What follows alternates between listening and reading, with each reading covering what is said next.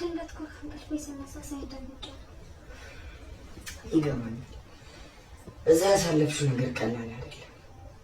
ደግሞ ሳላውቀው እኮ ስለገባው በጣም ይቅርታ። ጊዜ ኖሮኝ አላመሰገንኩም። በጣም ነው የማመሰግነው። ዛሬ እዚህ ያለሁት እኮ በእናትህ አደይ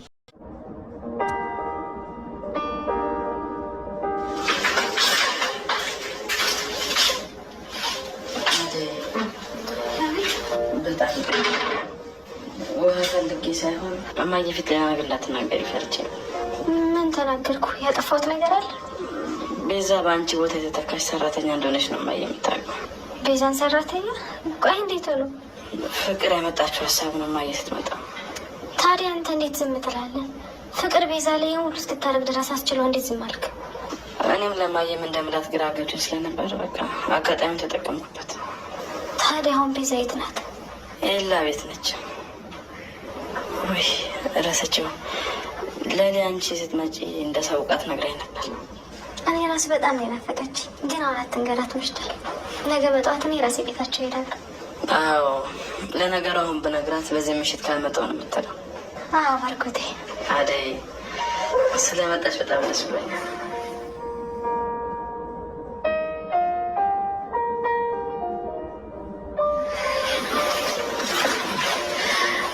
አደይ ስለመጣች ደስ ብሎኛል።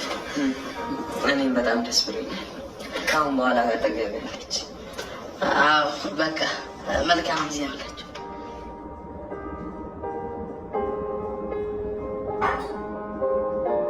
ሰላም ጤና ይስጥልኝ። በመላው ዓለም ያላችሁ ውድና የተከበራችሁ ኢትዮጵያውያን ኤርትራውያን እንዴት ናችሁ? ነው እግዚአብሔር ይመስገን ደህና ነኝ። ዛሬ ደግሞ ተወዳጅ የሆነውን የሁላችን ህይወት የምንመረምርበት አስተማሪ የሆነው የሰራተኛው አደይ ድራማ ይዘን መተናን። ተከታተሉ። ላይክ እያደረጋችሁ ጀምሩ።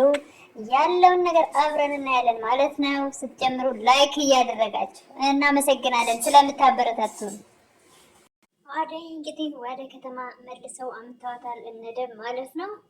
አደይ ደግሞ ከመጣች በኋላ ቤት እንግባ ሲሏት አልገባም ብላ ነበር። ምክንያቱም የፍቅር ጭቅጭቅ ሰልችቷታል።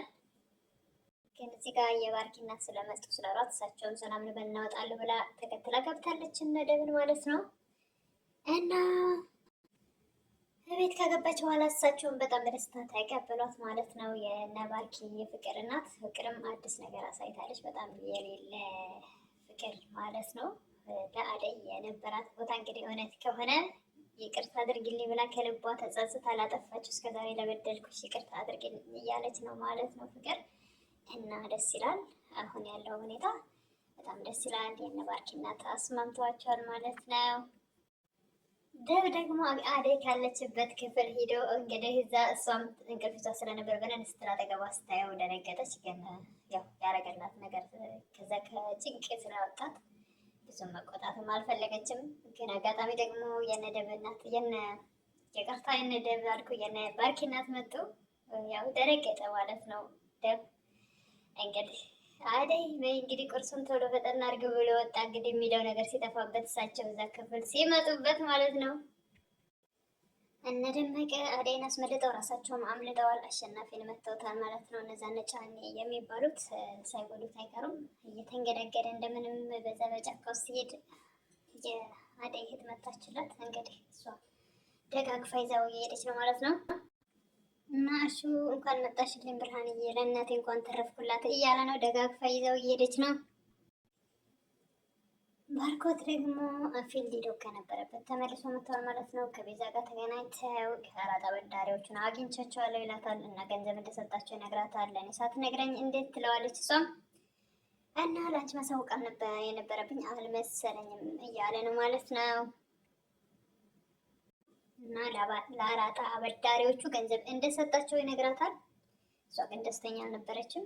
ያለውን ነገር እንዳያውቅባት ያው እሷ በውሸት የእናቴ ቤት በአራጣ አበዳሪዎች ተይዟል ነው የምትል ያለችው። እሱ ደግሞ አምኗታል። ለምለም ግን ያውቃለች ይሄን ነገር የቤዛን ውሸትና ተንኮል ገብቷታል። እነሱ ግን ሊረዷት አልቻሉም። ኤላና ባርኮት ማለት ነው። ኤላም ጨምሮ ገንዘብ ይሰጣት ነው። ግን ኤላ እያወራች ሰምቶታል በስልክ ሳይነቃ አይቀር ማለት ነው።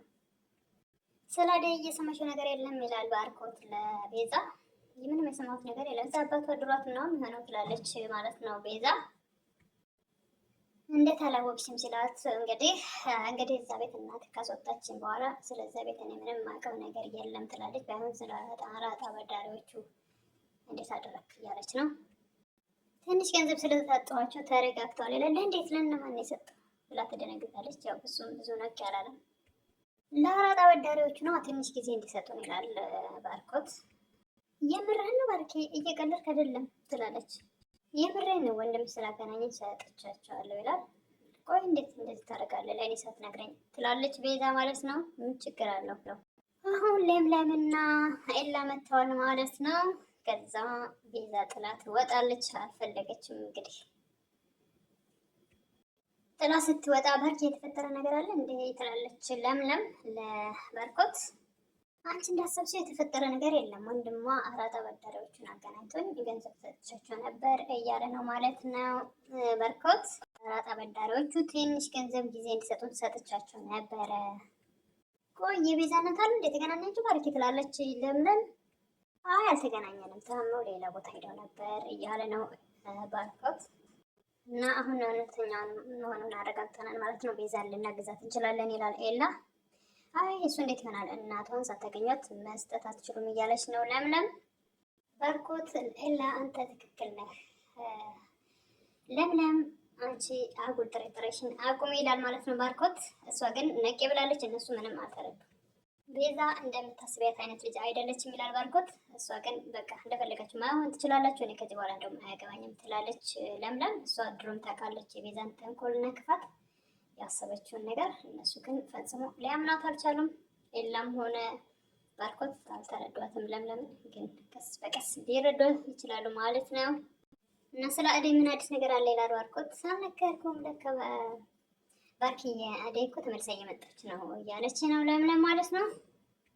ከደም ከተገናኙ ይላል። አዎ ሁሉም እየተመለሱ ነው እያለች ነው ማለት ነው ለምለም። ጓደኛዋ የምትወዳት ስትመጣላት በጣም ደስ ብሏታል። ሀና ባርኪ በቃ እኔም ወደ ቤት ልሄድ ካላስቸገርኳችሁ ቤዛ እዚህ ትቆይ ይላቸዋል ማለት ነው። የምን ማስቸገር ነው የምትለው ባርኪ? ቤዛ እኮ ጓደኛዬ ናት ይላል ኤላ። ለምለም ቆይ እስከ መቼ ነው ቤዛ ከኛ ጋር መኖር የምትችለው ትላለች ማለት ነው። በጣም ደስተኛ አይደለችም፣ ከፍቷታል። ለሊ እውነት ነው ከቤዛ ጋር መኖር በጣም ከባድ ነው ይገባኛል ይላል ባርኮት። ትንሽ ተሳቋል ማለት ነው።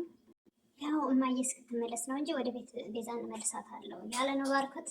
ወይም ደግሞ ነገሮችን አስተካክዬ ቤት እንድንከራየት አስተካክዬ ይዤት እንደወጣ አደርጋለሁ ያለ ነው ማለት ነው። ተሳቋል። ያኔ ለምለም በጣም ተቆጣች። ያው አይስማሙም ሁለቱም። በእርግጥ ቤዛም ተንኮለኛ ክፉ ሴት ናት። ኤላ ባርኪ አንተ አትጨናነቅ፣ ቤዛ እስከፈለገችው ድረስ እዚህ መቆየት ትችላለች እያለ ነው ማለት ነው ኤላ። አንተ ብቻ ከነዲ ጋር እንዳይጣሉ ምከራት እያለ ነው። እንከታተል።